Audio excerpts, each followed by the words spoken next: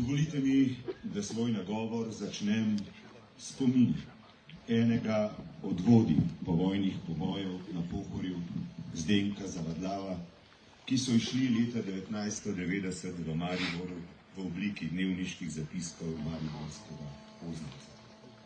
Transporti. Na Pohorju smo nocoj spet stredali. Temu pravimo transporti. Čeprav sem nekdanji skojevec, ne razumem ničesar več. Le kaj in v čigavem imenu počnejo to z ljudmi in tudi z nami. In prav nas, predvojne skojevce, izkoriščajo za to umazano rabelsko početje. Seznami predlaganih za usmrtitev so prišli potrjeni iz ljubljanske Slavije, kot je to upeljano. Tiste iz sodnih zaporov smo predlagali mi, tiste iz Šterntalja pa komisija iz Slavije. Moramo hiteti, kajti vse takšno delo je treba opraviti pred sprejetjem ustave in ukinitvijo taborišč. Zadolžen sem za dogovor s Knojem o izvedbi operacije, Božo pa za določitev kraja ustrelitve. Knojevci iz Mariborske brigade so šli na podlagi navodil, ki sem jih dobil od za to odgovornega pomočnika komisarja, izkopavati jame na izbrano mesto, tam, nekje na desni, sredi poti na Pohorju, med Hočami in Mariborsko Hočo. Ustrelitve bodo zvečer. Naložena mi je skrb za transport za ustrelitev tistih, ki so za to namenjeni iz Šterntalja. Malo se bojim, ker vem, da tam razsaja tifus. Zvečer se odpravimo tja s kamioni, opremljeni smo s plašči in zaščitnimi maskami. Ob dogovorjeni uri se bomo srečali pred sodnimi zapori in tam nas bo čakal knojevski vodič za določen kraj. Odgovarjam za transport, kot smo se dogovorili, in za organiziranje likvidacije. Taborišče Šterntalj. Upravnik in zdravnik, k sreči moj prijatelj Bandži iz Šoštanja, nočeta predati zahtevanih in to zaradi tifusa. Pojasnim jima, da bodo tako in tako ustreljeni. Popustite. S Knojevci naložimo na 2 kamiona kakih 60 ljudi po seznamu. V glavnem so to Nemci in nekaj Štajercev. Kamioni, zvezanje rok za žico, knojevsko, stražarsko spremstvo. V Mariboru se ustavimo pred sodnimi zapori. Tam že nalagajo na kamione tiste iz zaporov. Vsi so zvezani za žico in ležijo na dnu kamiona. Prevzamem transport. Zraven sta še Božo in Tine ter seveda še oficirji brigade Mariborskega Knoja. Na kamionih imamo akumulatorje s svetilkami in neizogibne pletelke s konjakom. Za varnost in moralo. Peljemo se proti Hočam, potem zavijamo na Pohorje. Spenjamo se proti Pohorju. Tam, nekje na polovici poti proti Mariborski Koči, zavijamo na desno. Pristanemo v temi, na nekakšni stranski cesti. Knojevska straža nas že čaka. Do izkopanega grobišča je treba iti peš. Knojevci razsvetlijo pot z akumulatorskimi svetilkami, na to kar pomečejo zapornike s kamionov in na to marš proti izkopanemu grobu. Knojevski borci so vsi maščevalno nastrojeni, kajti Nemci so jim bili postrelili svojce in požgali domov. Zapornike prisilijo, da pojejo Deutschland, Deutschland, über alles. Strahoten prizor. Pot pod pohorskimi smrekami, razsvetljena z reflektorji in besni Knojevci s pojočimi zaporniki. Ali je to res tisto, za kar smo se borili? Pridemo pred jamo, slačenje zapornikov, da jih ne bi bilo mogoče identificirati.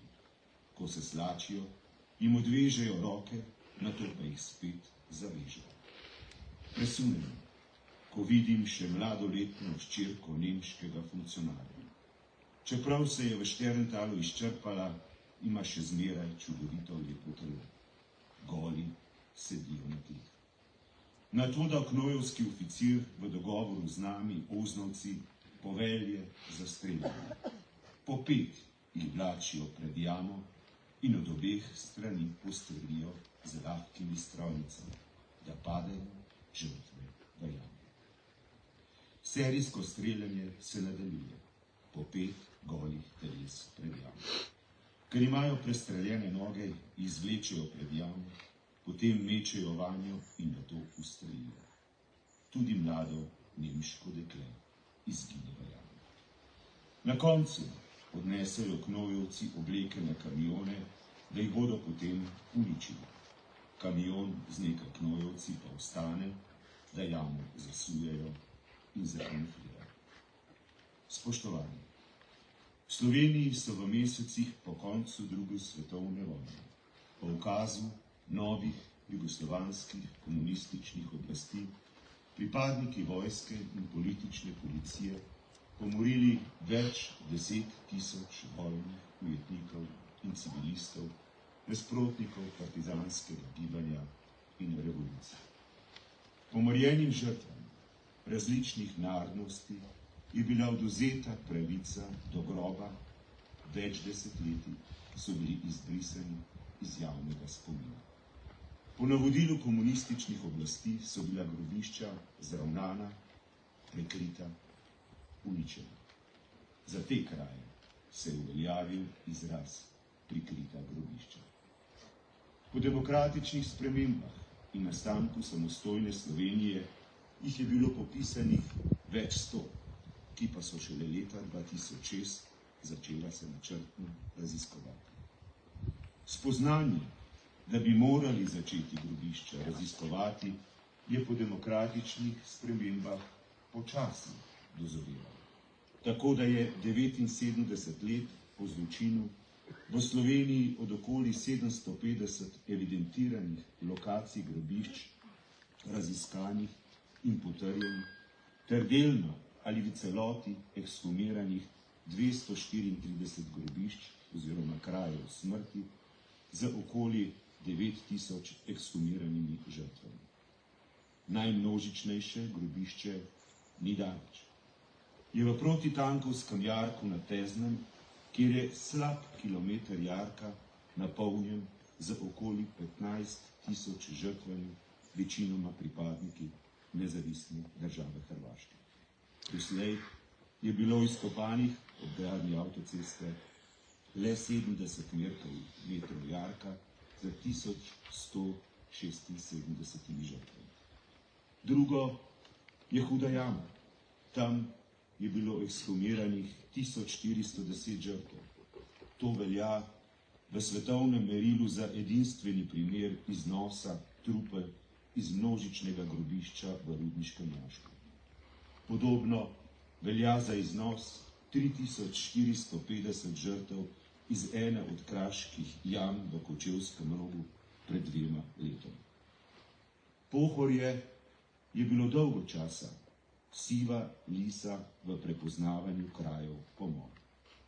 Vedelo se je, da so iz zaporov v Mariboru in taborišča Šperental pri Ptuju na Pohorje pripeljali in tam pomorili večje število civilistov in vojnih ujetnikov različnih narodnosti.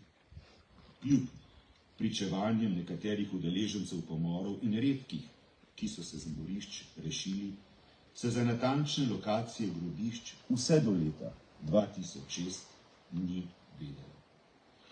Da je naša država vsaj občasno stopila na pot zmanjšanja civilizacijskega dolga do brezimnih žrtev, so bili potrebni pogumni in vztrajni posamezniki.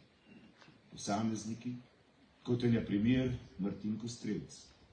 Ta danes 90-letni droben možak, zaslužen za izgradnjo spomenika, nam je lahko vzor v svojih prizadevanjih za plemenita dejanja in pravni dolg. Spominjam se, kot bi bilo včeraj, ko me je nekega poletnega dne poklical po telefonu in obvestil, da je prepričal 2 poznavalca Juriča, ki bi pokazala grobišča na Pohorju. Eden od njih je bil v času povojnih pobojev 11-letni pastir, ki si je zapomnil mesta zasutih jam in predmetov okoli njih. To mu je dalo slutiti, da so pod tanko plastjo zemlje zakopani ljudje.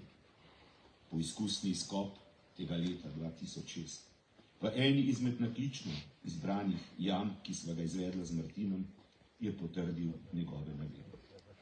In tako je lahko Komisija Vlade Republike Slovenije za ureditev vprašanj prikritih grobišč prosila pristojno ministrstvo za odobritev sondiranja 14 evidentiranih lokacij tu na Pohorju. In 61 let po dogodkih je torej nekdanji pastir z izredno natančnostjo določil mesta morišč. 23. in 24. novembra 2006 so bili na 12 od 14 krajev, kjer jih je pokazal, kmalu najdeni človeški ostanki in različni predmeti žrtev. Z dodatnimi raziskavami v naslednjem letu so bila odkrita nova grobišča. Odgovor na vprašanje, kdo izmed zajetih in vrnjenih pripadnikov hrvaških oboroženih sil, črnogorskih četnikov, Slovencev ali pripadnikov nemške manjšine na Štajerskem leži v katerem od grobišč na Pohorju, pa bo možen šele ob prekopu žrtev in njihovi identifikaciji. A da bi vsaj približno ocenili, koliko ljudi je bilo pomorjenih tukaj na vrhu Areha, smo novembra 2007 ekshumirali eno od poterjanih lokacij. Pričakovali smo 30 do 40 žrtev, vendar nas je izkop, tako kot na drugih grobiščih, presenetil. Iz majhne kotanje smo iznesli skeletne ostanke 189 žrtev, ki sedaj še vedno ležijo v Kostnici na mariborskem pokopališču Dobrava. Samo na tem prostoru, kjer smo danes, na nekaj 100 metrih razlike, pa imamo potrjenih 14 grobišč in še 7 na poti do Areha, ki še čakajo na prekop. Da smo takrat, leta 2006 in 2007, lahko bolj odločno krenili v raziskave, je bilo mogoče zato, ker se je takrat oblikovala nova komisija pod vodstvom Jožeta Dežmana, ki je takratna izvršna oblast Janeza Janša stopila naproti in ji pomagala pri njenem delu.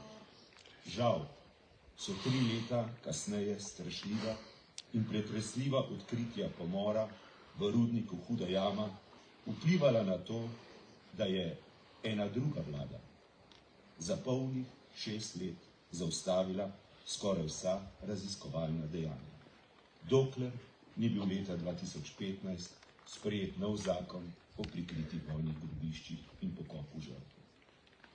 Danes težko razumemo, da sta neobstoječa politična volja in pomanjkanje zakonodaje usodno vplivali na temeljna civilizacijska dejanja, kot so označitev, ureditev grobišča, ekshumacija, identifikacija in nato pokop žrtev na pokopališču.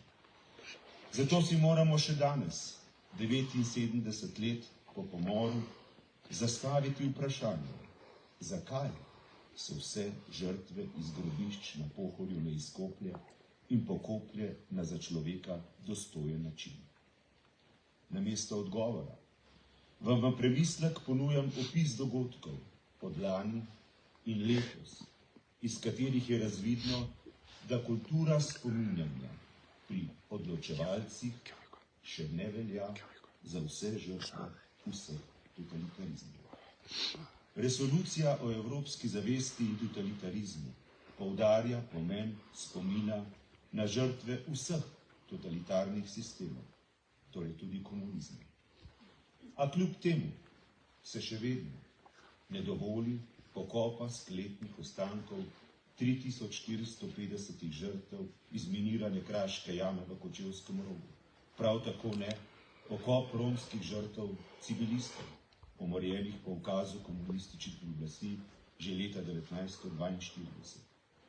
Tudi ukinitev dneva spomina na žrtve komunističnega nasilja, ki ga je lani izvedla aktualna vlada, nam dokazuje, da še vedno nismo izenačili vseh žrtev in da v Sloveniji do žrtev enega od 3 totalitarizmov, torej komunizma, še zmeraj zaostajamo v izpolnjevanju obče veljavnih civilizacijskih in humanitarnih standardov.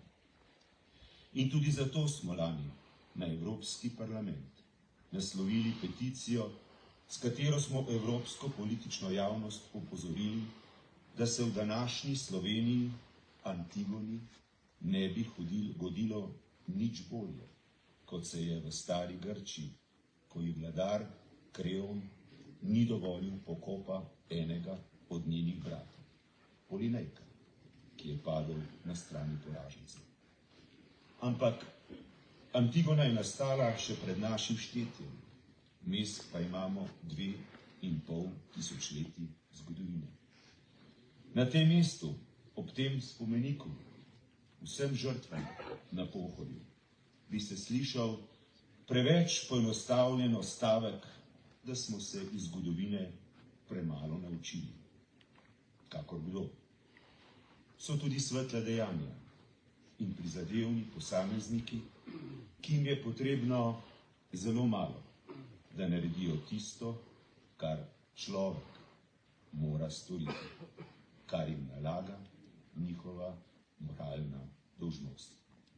Da spomenikom zaznamujejo kraje in spomnijo vse tiste, ki bodo naključno šli mimo, da so se na Arehu dogajali zločini, ki se ne bi smeli zgoditi. In da nobena stvar za zgodovino ne more ostati skrita, pa četudi je molk o tem zaukazan in je trajal